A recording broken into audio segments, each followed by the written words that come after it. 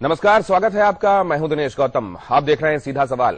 केरल के शबरीमला मंदिर में महिलाओं के प्रवेश नहीं करने की 1500 साल पुरानी परंपरा पर सुप्रीम कोर्ट ने सवाल पूछा है। कोर्ट ने वहां की सरकार से पूछा है कि किसी को उसके संवैधानिक अधिकार से कैसे वंचित किया जा सकता है।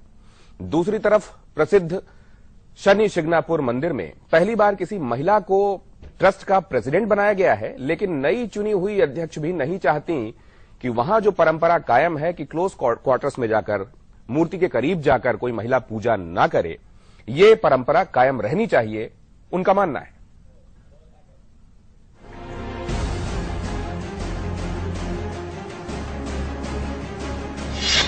केरल के शबरीमला मंदिर में शिंगणापुर के शनि मंदिर में क्या गर्भगृह तक प्रवेश कर सकेंगी महिलाएं? सुप्रीम कोर्ट ने पूछा, किस आधार पर रोका जा रहा है मंदिरों में महिलाओं का प्रवेश। केरल के शबरीमला मंदिर में महिलाओं की एंट्री को लेकर एक 10 साल पुरानी जनहित याचिका पर सुनवाई करते हुए सुप्रीम कोर्ट ने कहा कि महिलाओं का मंदिर में जाना उनका संवैधानिक अधिकार है। कोर्ट ने मंदिर ट्रस्ट से सवाल किया है कि क्यों ना 1500 साल पुरानी परंपरा को बदल दिया जाए। मंदिर में 10 से 50 साल की महिलाओं की एंट्री पर बैन है। 1500 साल पुरानी है शबरीमला में यह परंपरा। मासिक धर्म की वजह से नहीं मिलता महिलाओं को मंदिर में प्रवेश। अब 8 फरवरी को होगी अगली सुनवाई। ऑनरेबल सुप्रीम कोर्ट ने नोटिस जारी किया है सबरीमाला टेम्पल ट्रस्ट के ऊपर कि एक ये बताइए कि आप कौन से ग्राउंड के ऊपर महिलाओं को प्रवेश को निषिद्ध मानते हैं। सुप्रीम कोर्ट के सवाल ने यह बहस खड़ी कर दी है कि क्या धार्मिक नजरिए से महिलाओं को अपवित्र माना जाता है। सवाल यह भी कि कौन पवित्र है और कौन नहीं, इसका फैसला कौन करेगा। आप ये कैसे कह सकते हैं कि महिलाएं पवित्र हो जाते हैं और अपवित्र होने के कारण वो मंदिर में नहीं जा सकते हैं। जो एक नेचुरल प्रोसेस है शरीर में, उसको आप अपवित्र घोषित करके फिर परंपरा के नाम पर आप एक पूरे क्लास ऑफ सिटीजन्स को रोकेंगे, ये तो गलत है ना। कुछ दिन पहले महाराष्ट्र के प्रसिद्ध शनि शिंगणापुर मंदिर में एक महिला के अभिषेक करने के बाद भी ये बहस शुरू हुई थी। मंदिर ट्रस्ट ने एक महिला को अपना प्रेसिडेंट चुनकर इस बहस को खत्म करने की कोशिश की। मंदिर के 400 साल के इतिहास में यह पहला मौका था जब 11 सदस्यों वाले मंदिर ट्रस्ट में 2 पोस्ट्स पर महिलाओं को जगह मिली, लेकिन नई अध्यक्ष अनीता शेटे भी 400 साल पुरानी परंपरा तोड़ना नहीं चाहती। ऐसे में यह बहस बड़ी हो गई है कि धार्मिक स्थलों पर महिलाओं का प्रवेश किस आधार पर वर्जित है। इसी से जुड़ा है आज का सीधा सवाल। जी, तो आज का सीधा सवाल यह है कि धार्मिक स्थलों पर महिलाओं का प्रवेश वर्जित क्यों है, और इसी से जुड़े कुछ और भी सवाल उठते हैं कि 1500 साल पुरानी परंपरा के नाम पर महिलाओं से भेदभाव जायज है क्या। महिलाओं के प्रवेश के बाद मंदिरों में शुद्धिकरण क्यों होता है। क्या महिलाएं अपवित्र हैं। पवित्रता का पैमाना क्या होगा और इस पैमाने को तय कौन करेगा। क्या महिलाओं के मंदिर में प्रवेश निषेध का ये जो आरोप है ये राजनीतिक है।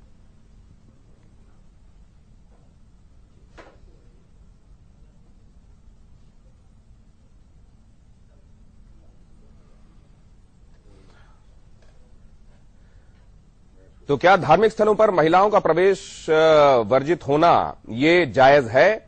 क्या आप समझते हैं कि ऐसा होना चाहिए। अगर आप समझते हैं हां, तो लाइव लिखें, मोबाइल पर स्पेस दें, वाई लिखें, और अगर नहीं तो लाइव लिखकर स्पेस दें और एन लिखें और हमें एसएमएस कर दें 56161 पर। कार्यक्रम के आखिर में जब हम अपने मेहमानों से, विशेषज्ञों से चर्चा कर चुकेंगे, हम ये भी जानने को उत्सुक रहेंगे कि हमारे दर्शक इस बारे में क्या सोच रखते हैं। जी, तो क्या होना चाहिए। क्या जिन जगहों पर परंपरागत तरीके से महिलाओं का प्रवेश निषिद्ध है, वहां क्योंकि ये परंपराओं के तहत चला आ रहा है, लिहाजा उनकी दुहाई देते हुए, और जाहिर है उसके पीछे उस समय इसको लागू करने वालों का कुछ रैशनल भी रहा होगा, इसे लागू रहने देना चाहिए या फिर ये रुकना चाहिए क्योंकि अब प्रोग्रेसिव टाइम्स यही डिमांड करते हैं। हमारे साथ इस पर चर्चा के लिए जुड़ रहे हैं खास मेहमान। आचार्य कृष्णा शर्मा आध्यात्मिक गुरु हैं, हमारे साथ इस चर्चा का हिस्सा होंगी। शबनम खान जी सामाजिक कार्यकर्ता हैं, अक्सर आप हमारे साथ चर्चा में उन्हें देखते हैं। मौलाना सूफियान निजामी साहब दारुल उलूम फिरंगी महल के हमारे साथ जुड़ रहे हैं। और अजय गौतम साहब हैं, आध्यात्मिक गुरु हैं। हमें इंतजार है एक लीगल एक्सपर्ट का भी। उम्मीद करते हैं जल्द ही संतोष त्रिपाठी वरिष्ठ अधिवक्ता हमारे साथ यहां होंगे। इसके अलावा फोन लाइन पर हमारे साथ जुड़ेंगे बजरंग मुनि, जो कि सामाजिक चिंतक हैं, और इनसे चर्चा करके असल में हम ये समझना चाहेंगे कि एक, क्या महिलाओं का प्रवेश निषिद्ध होना चाहिए, और अगर ये निषिद्ध होना चाहिए या निषिद्ध नहीं होना चाहिए, इसको तय कौन करेगा, किस आधार पर महिलाओं के मंदिर पर जाने पर रोक होती है, और क्या इसमें स्टेट्स का या कोर्ट ऑफ लॉ का इंटरवेंशन होना चाहिए, या समाज को खुद ही बदलते हुए वक्त के साथ चीजें और पैमाने बदलने चाहिए। आइए सबसे पहले शुरू करें कृष्णा जी से। कृष्णा जी, आप महिला भी हैं, आचार्य भी हम अमूमन पुरुषों के नाम के साथ लगा हुआ ही सुनते आए हैं, लेकिन आप आचार्य कृष्णा शर्मा हैं, आप इसको लेकर क्या महसूस करती हैं?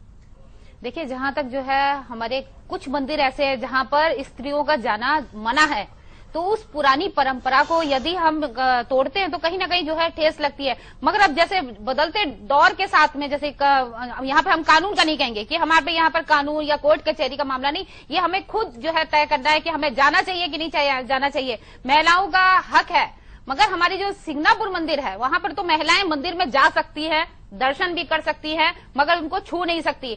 और जहां पर सबरीमला की बात की है तो वहां पर जो है स्त्रियों का जाना ही मना है, क्योंकि वो शुद्ध है या अशुद्ध, उसकी जो है अभी बीच में उन्होंने बोला था कि एक मशीन के जरिए देखेंगे कि स्त्री शुद्ध है या अशुद्ध है। तो यहाँ पर जो है, जो हमें कहीं ना कहीं आपत्ति लगी कि आप स्त्रियों का अपमान कर रहे हैं। नहीं, आपको उस स्टेटमेंट से आपत्ति है या आपको इस बात से आपत्ति है कि महिलाओं को खास समय में अपवित्र, जब वो रजस्वला होती हैं, उनको अपवित्र मानकर आप अंदर नहीं जाने देते हैं? आपको इस बात से तकलीफ है? बस इस बात से तकलीफ है, यदि अगर हम मासिक धर्म से हैं तो उस समय हमें मंदिर में नहीं जाना चाहिए। हमें खुद इतनी सोच है कि आप जो है हिंदू धर्म में अगर जन्म लिया है तो आपको ये पता होना चाहिए। तो यही तो ग्राउंड दिया जा रहा है वहां अंदर। मगर वहां पे अशुद्ध होने के कारण वहां पे तो सिर्फ एक लड़की जो है उसने जो नहीं, हम कंफ्यूज हैं, आपकी बात को समझ नहीं पा रहे हैं। आप इसके हक में हैं कि महिलाओं का प्रवेश, क्योंकि उनके साथ प्यूबरिटी पीरियड में 10 साल से लेकर 50 साल, जब तक वो मीनोपॉज अटेन नहीं कर लेती हैं, तब तक उनके साथ क्योंकि ये साइकिल होगा ही होगा, तो क्या आप ये मानती हैं कि इसको माना जाना चाहिए? उन्होंने ये भी कहा है कि ये 41 डेज का पिलग्रिमेज होता है, ये धार्मिक यात्रा है, क्योंकि वो हिल टॉप पे है,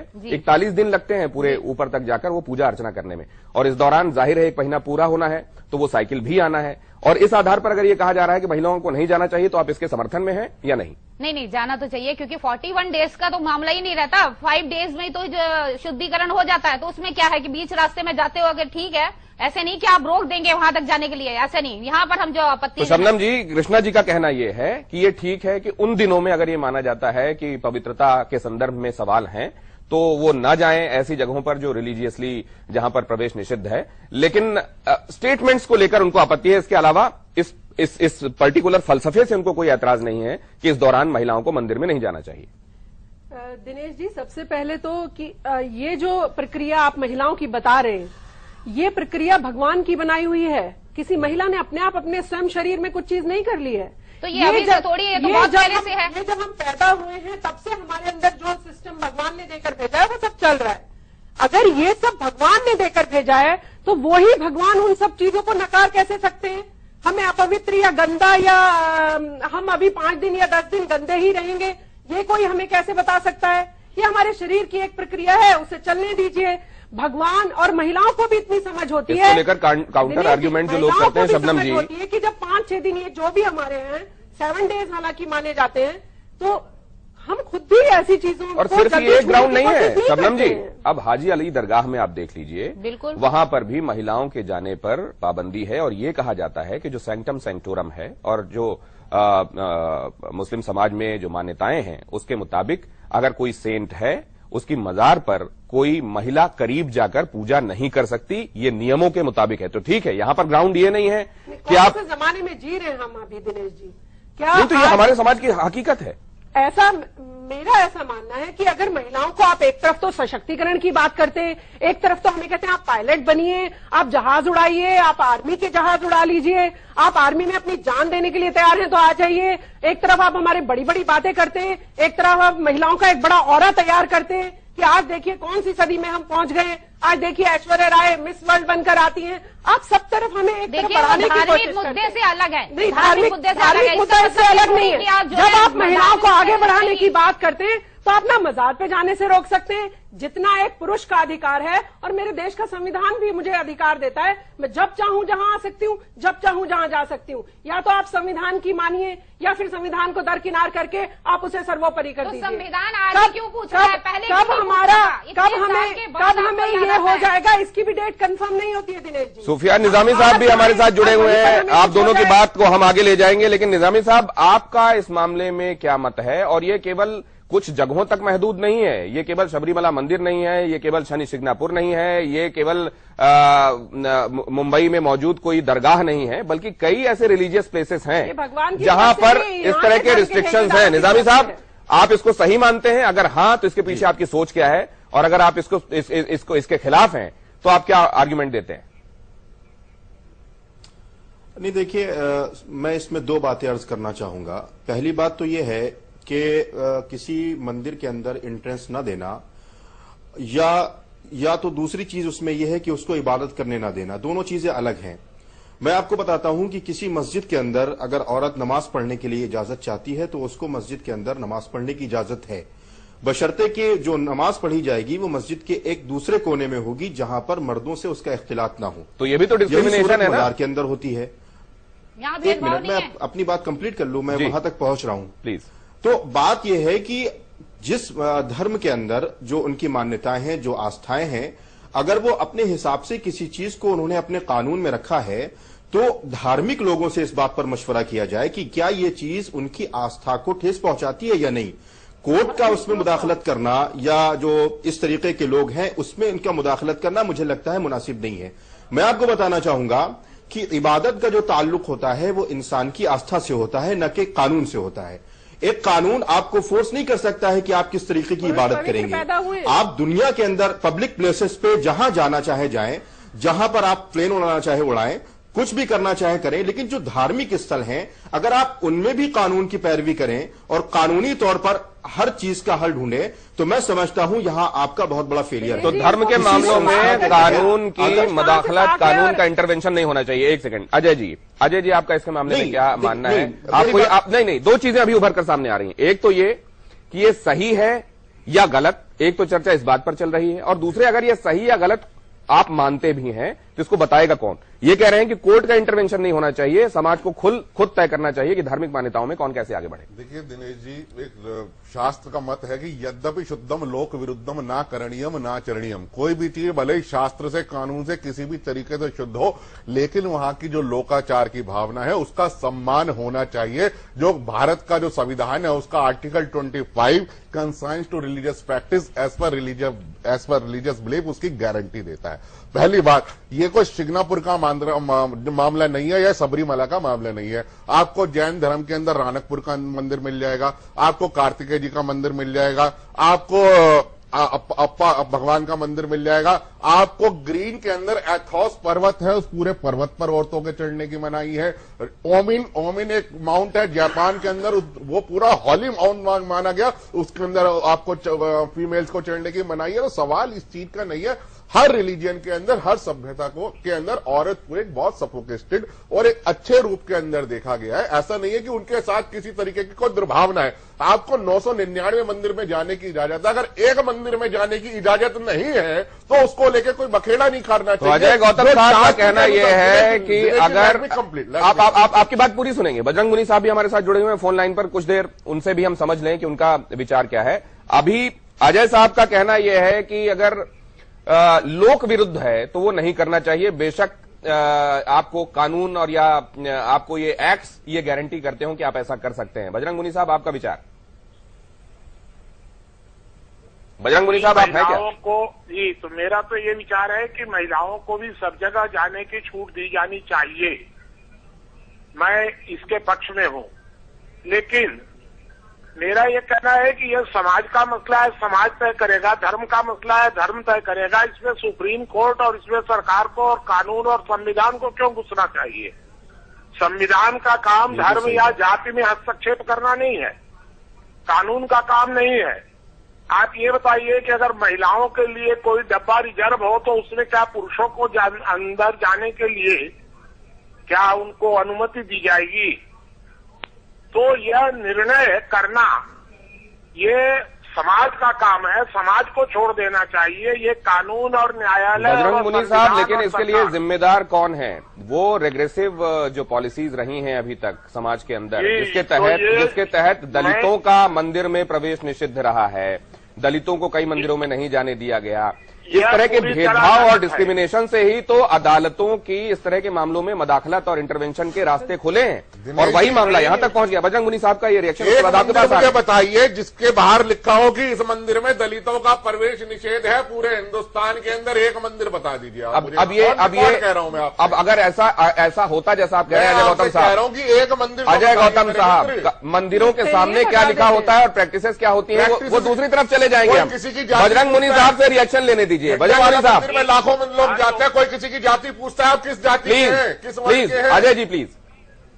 मेरा तो ये कहना है कि यह जो आप कह रहे हैं ये बात सही है कि मंदिरों के अंदर अभी राहुल गांधी को प्रवेश करने से रोक रहे थे, इंदिरा गांधी को रोका गया। तो मंदिरों में यह परंपराएं गलत हैं, लेकिन इनको सुधारने की आवश्यकता है और सुधारेगा तो समाज सुधारेगा, कानून नहीं सुधारेगा। प्रश्न ये उठता है कि नहीं तो समाज में कौन सुधारेगा? अगर मैं महिला हूं तो मुझको ये तय करने दिया जाए कि मुझे कब मंदिर में जाना है या नहीं, या लोग मुझे बताएंगे कि इस समय आप मंदिर जाइए और इस समय मत जाइए? अच्छा, तो अब आप एक बात बताइए कि यदि कोई कानून गलत करेगा, न्यायालय गलत करेगा तो कौन सुधारेगा? तो सवाल ये है कि समाज ऊपर है कि संविधान ऊपर है। लेकिन आपने खुद ही तो चुना है ये कॉन्स्टिट्यूशन, इस देश का नागरिक होते हुए आप ही ने तो चुना है। क्या अदालतें जो कहेंगी आप उसको सही मानेंगे? तो जो हमने उनको चुना है, यह बात सही है तो वो अपनी सीमा से बढ़ाते चले जाएंगे। हमने उनको चुन दिया क्या कि आप अपना वेतन कितना भी बढ़ा लीजिए? नहीं, अब ये निजामी साहब हमारे साथ जुड़े हुए हैं, सुफियान निजामी साहब, ये भी आपकी बातों में सहमति जता रहे थे। लेकिन अगर निजामी साहब समाज खुद सही तरीके से तय कर रहा होता और समाज के उस घटक को जिसके बारे में तय किया जा रहा है उसे मंजूर होता, तो अदालतें खुद चलकर तो नहीं आती हैं इस तरह के मामलों में फैसला देने के लिए। वही लोग जो समाज के तय किए गए कायदों से असंतुष्ट होते हैं वो अदालतों का रुख करते हैं, तो अदालतें इस बारे में अपना मत रखती हैं। देखिए, मैं आपको बताना चाहूंगा कि कानून जो है वो इंसान के सुधार का एक बहुत ही एक अदना दर्जा है। कानून हर चीज का समाधान नहीं है। आपने देखा होगा कि औरतों को जो हुकूक मिले हैं दहेज प्रथा के, उसमें बहुत से ऐसे मामलात होते हैं जो उल्टे मर्दों के खिलाफ होते हैं। औरतों के साथ जो मामलात होते हैं उसमें बहुत से ऐसे होते हैं जो औरतों के खिलाफ होते हैं। कानून से ऊपर एक चीज होती है जो इंसान का अपना जमीर होता है और धर्म से उसका रिश्ता होता है। धर्म आपको गाइड करता है कि अगर आप एक बंद कमरे के अंदर हैं, वहां पर आपको कोई नहीं देख रहा है, आप कानून की आंख में धूल झोंक सकते हैं, लेकिन वहां पर एक धर्म है और ऊपर वाले की जो आपके अंदर आस्था है वो है जो आपको रोकती है। कानून हर चीज का समाधान नहीं है। अगर कानून हर चीज का समाधान होता तो हिंदुस्तान के अंदर बहुत से ऐसे फैसले होते हैं जो बजाहिर हक के खिलाफ होते हैं और हकीकत में कुछ और होते हैं। बाद में ये कोर्ट में निचली अदालत से सुप्रीम कोर्ट में जाता है। वो सारे मामला जरूरी नहीं है कि जो कोर्ट ने फैसला कर दिया वो हक पर हो।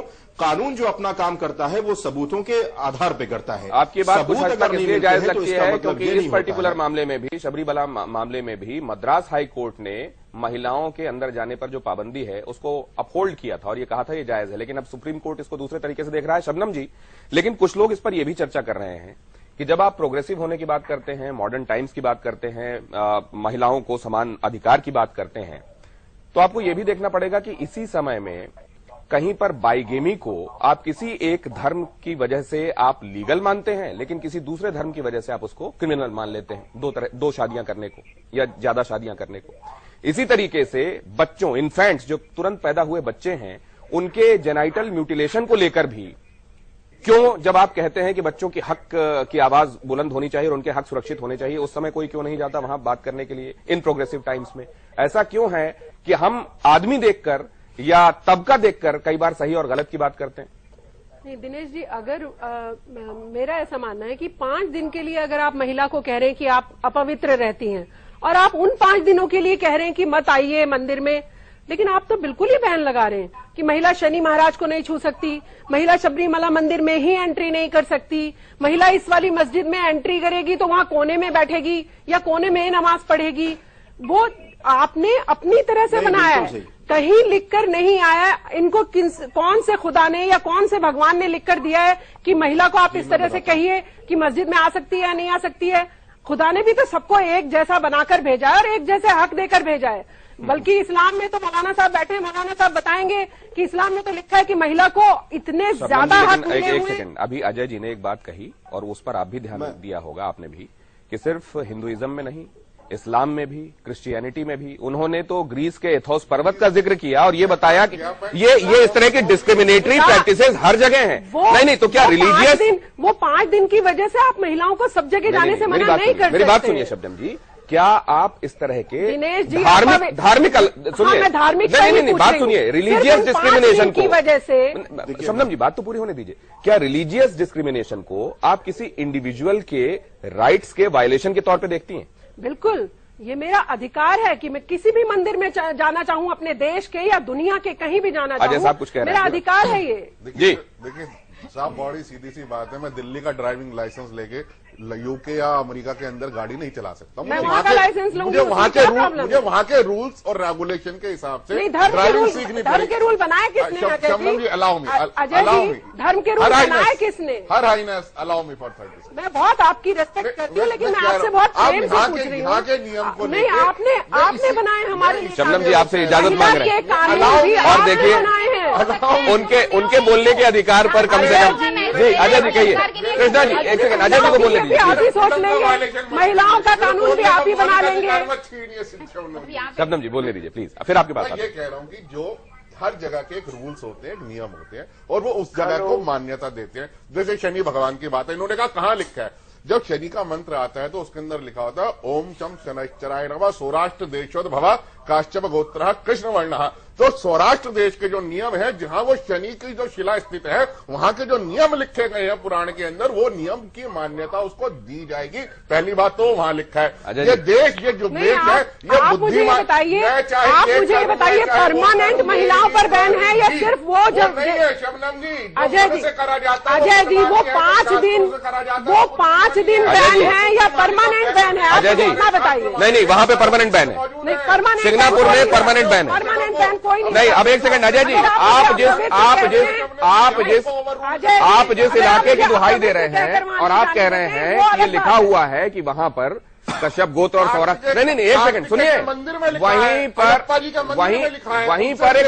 वहां पर 2 महिलाओं ने बीड़ा उठाया है, बल्कि 4 महिलाओं ने, कि वो 400 लोगों की फौज बनाएंगी उसी जगह की महिलाओं ने, और 26 जनवरी को वो स्टॉर्म करेंगी उस जगह पर जाकर और शनि शिला की पूजा करेंगी। 27 जनवरी को आप और हम दोबारा बैठेंगे, अगर ये हो जाएगा तो। इतना मैं आपसे कहता हूं, आप नहीं होने दोगे, आप अपनी ताकत लगाओ, महिलाओं को रोकने की तो अलग बात है। महिलाओं के हाथ में आप दोनों हाथों से लड्डू नहीं दे सकते। आपको मेट्रो से लेके मेरा अधिकार लेने के लिए मुझे आपसे लड्डू की जरूरत है, मुझे आपसे लड्डू नहीं चाहिए। मेरा अधिकार मैं अपने देश के संविधान के हिसाब से लूंगी, आप मुझे कैसे रोक देंगे? वो आपको अलग से कानून चाहिए, आपको अलग से सुरक्षा चाहिए, और उसके बावजूद भी आपको बराबर से कानून देगा। मैं जाऊंगी मंदिर में, महिला हर पुरुष की सीट से इलेक्शन लड़ सकती है, लेकिन पुरुष महिला के लिए इलेक्शन नहीं लड़ सकता। इसलिए आपको अलग से रखा गया, क्योंकि कानून के अंदर भी आपकी व्यवस्था अलग करी गई, आपके हर तरीके के हिसाब से आपकी। आज हम आवाज उठा रहे हैं, आज हम आवाज उठा रहे हैं, हमें महिला खाना भी नहीं चाहिए, हमें रिजर्वेशन भी नहीं चाहिए। जब हम आपके बराबर 50% है, ये तो हम नहीं चाहिए। या तो खेल भी होता है तो उसके अंदर 100 मीटर्स के अंदर मेल का रिकॉर्ड अलग होता है, फीमेल का रिकॉर्ड अलग क्यों है? कभी ये बात क्यों नहीं करते? फीमेल के लिए अलग से कानून। ये महिला समानता की तरफ हम चले गए। हम बहुत स्पेसिफिक हैं अजय जी, शबनम जी, अजय जी और शबनम जी, हम बहुत स्पेसिफिक हैं आज अपने टॉपिक को लेकर। आज हम अपने टॉपिक को लेकर बहुत स्पेसिफिक हैं अजय जी। अजय जी बात सुनिए, शबनम जी बात सुनिए, आज अपने विषय को लेकर मैं तो पुरुष की सीट पर लड़ूंगी। क्यों सुरक्षित है? आपको सुरक्षा की जरूरत? अजय जी बात सुनेंगे आप? शबनम जी सुरक्षित क्यों नहीं हूँ? तो फिर आप क्यों अलग से अजय जी, मैं डिमांड करते आपके हैं? साथ सुरक्षित क्यों नहीं हूँ? आप हटा, मुझे हर चीज के लिए अलग से, मुझे हर चीज के लिए आप अलग, अपनी सीट का हटा अरे दीजिए। आप लोगों ने आतंक फैला रखा है, इसलिए हर चीज अलग निजामी साहब कहते हैं और बजरंग मुनी साहब कहते आप गलत कह रहे हैं अजय हैं जी कि अदालतों को दखल नहीं देना चाहिए। ऐसे मामलों में कौन दखल देगा और किसकी सुनी जाएगी, ये आप तय कीजिए। एक छोटे से ब्रेक के लिए रुकते हैं, सीधा सवाल जारी।